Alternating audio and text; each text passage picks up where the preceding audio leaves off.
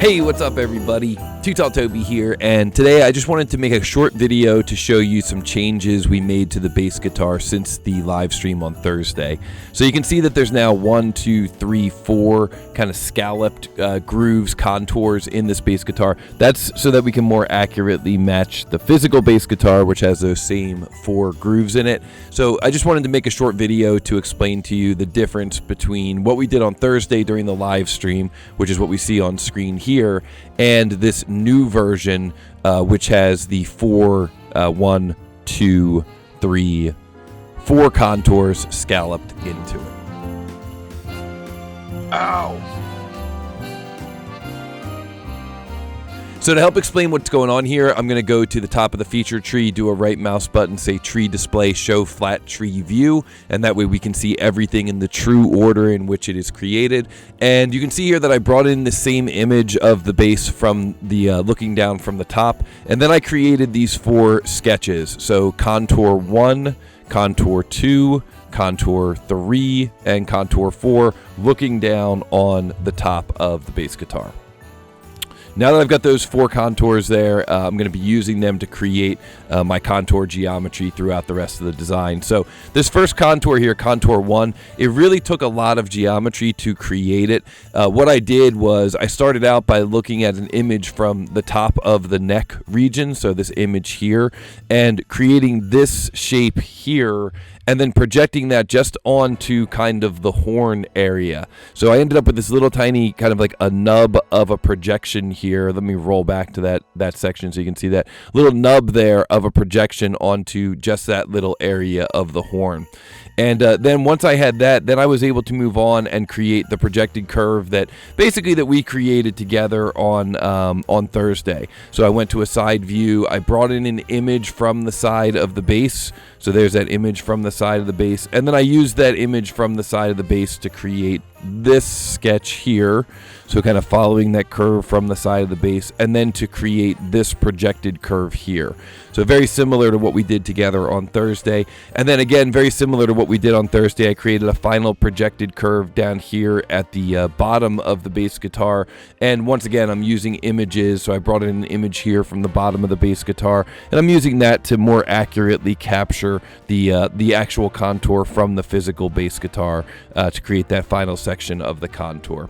So this first contour is a little bit more complicated than the subsequent ones, and the reason I say that is because I had to take a little tiny nub up at the top here, a section from the side, and then a section from the bottom, and I had to blend all those curves together. And I did that blend using what's called a fit spline. So I did a fit spline here to essentially 3D sketch or 3D trace over those profiles.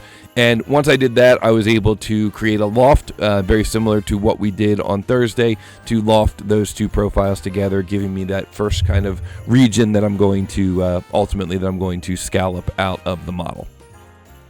So very similar to what we did on Thursday, but a little bit more refined in the sense that I used 3 different segments instead of 2, and also now I'm working from the actual images. Now, when we go to our second contour, much easier with the second contour, basically rinse and repeat, follow the images, use the images, but I only needed 1 curve in each direction. So I was able to follow those images, I was able to create those 2 curves, so a curve here, and then loft those 2 together to give me this nice lofted surface that we see here for the second lofted profile. For contours number 3 and 4, pretty much the exact same thing. So I was able to go through and create some sketch geometry, a projected curve here, little projected curve there, able to use the contour from the top of the model and then loft those together. And then for projected curve number 4, same thing. So I ended up with this little projected curve here, ended up with this little this 2D sketch from the very top of the model, and then I was able to project those 2 together to give me a loft, and was able to use that to cut or scallop out the model. And then the final thing that I did in the tree here was I just did a delete surface bodies just to get rid of all of the surface bodies that were in that section. So now I'm going to do a right mouse button. I'm going to say tree display, and I'm going to say show flat tree view, and go back to my original view of this thing where everything's a little bit more tidy. And you can almost see everything in the tree. I know that we're not able to see the very bottom of the tree, which is just kind of the delete bodies and that final contours cut. So here's kind of the clever solution that I came up with, because when we attempt to fillet this, the fillet gets to be a little bit problematic. It doesn't want to rebuild. I'm not getting a preview. We did this on Thursday, and when we did it on Thursday, we sort of were able to resolve it with a variable radius. So let's go back to that revision 6. We were able to do a variable radius here, but I didn't really like the way that looked. I didn't think that was really necessarily my best work, if you will. So what I came up with as a solution here for our new design is we've got those lofted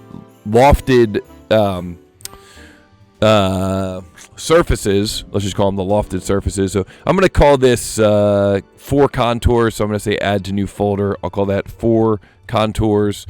And then I'm going to take all this geometry here and I'm going to add that to a new folder, and I'll call it contour 1 layout. Or features, because that was, there was a lot that went into contour 1, but the rest are pretty straightforward. So now you can see that we've got our surface loft 1, and then surface loft cut, or surface cut, surface loft 2, surface loft 3, surface loft 4, and each one of these is followed by a surface cut. Well, what we could do here is we could move those surface cuts to the very bottom, and then before we do the surface cut, we could just fillet the nice, clean, solid geometry. And what I mean is we can take the surface cut 3 and surface cut 4 and surface cut 5 and move them down. So now all 4 of our surface cuts are down here at the very bottom of the tree. And then we could go in and roll back before that surface cut. So the lofted surfaces all still exist here. They're all as if the thing is sharp. But now what I could do is maybe add a fillet, let's say 0.22 for the fillet size, all around the outside edge of the model here. So now you can see that I was able to successfully fillet the bass guitar, so it's got a nice round anywhere that it's the original geometry. So like in this section here and kind of up here where these two scalloped areas come together, nice round fillet area right around the top. And now I can roll forward, and after I roll forward, that surface cut can take place. And so then when I'm done, hopefully I'll be able to fillet that surface cut region as well. So just by adding the fillet here in between the surface loft and the surface cut, I think I'm setting myself up for success. So let's move forward now to surface cut 2. And surface cut 2 errored, unfortunately. Well, if you remember, we talked about this a little bit on Thursday. Sometimes if you have a surface cut that errors like that, the first thing that I'll try to do is just do an extend surface. So in this case, I'm going to try to extend that surface by 90 thou on side 1, and I'm going to try to extend that surface by 90 thou on side 2 as well. And once I have that surface extended, let me try that surface cut again and see if it's any more successful. Oh, there we go. That fixed it. So I just needed to make sure that the surface was sticking out a little bit from the edge of the solid body, and then the surface cut was able to be successful. And so if I roll forward here to surface cut 3, look at that. That was successful as well. And I can roll forward to surface cut 4, and look at that. That was successful as well. And now I can delete those surface bodies. So now I just have those scalloped out areas. And then I can finish up here by maybe adding the same fillet radius, 0.22, to contour 1 and to contour 2. And let's see how that looks. Oh, yeah. That looks great. And maybe I'll do the same thing here to contour 3 and contour 4. I didn't want to try and add them both together because I knew it was going to be real close in this region here. But hit the green check mark, and wow, look at that. That looks fantastic. If we look at this thing from the top, you can see how the body kind of comes up here and how it ends up in this region. Well, when we look at the image from the top, I mean, it looks almost exactly the same. Look at that. The image does almost the exact same thing as the model is doing now. So I'm really happy with that result. I think that looks terrific. I'm going to save that. I'm going to check that into the vault. Let's go back to the top level assembly, and wow, that looks great. So I hope that helped. A little quick update on what I did. The main things that I did there were I brought in the actual images from the side, so I took some new photos. I added them to the IMGUR library. So the description, in the description of this video, I've got the link to that. But then the main thing that I want you to take away from this was just kind of the reordering of the tree there.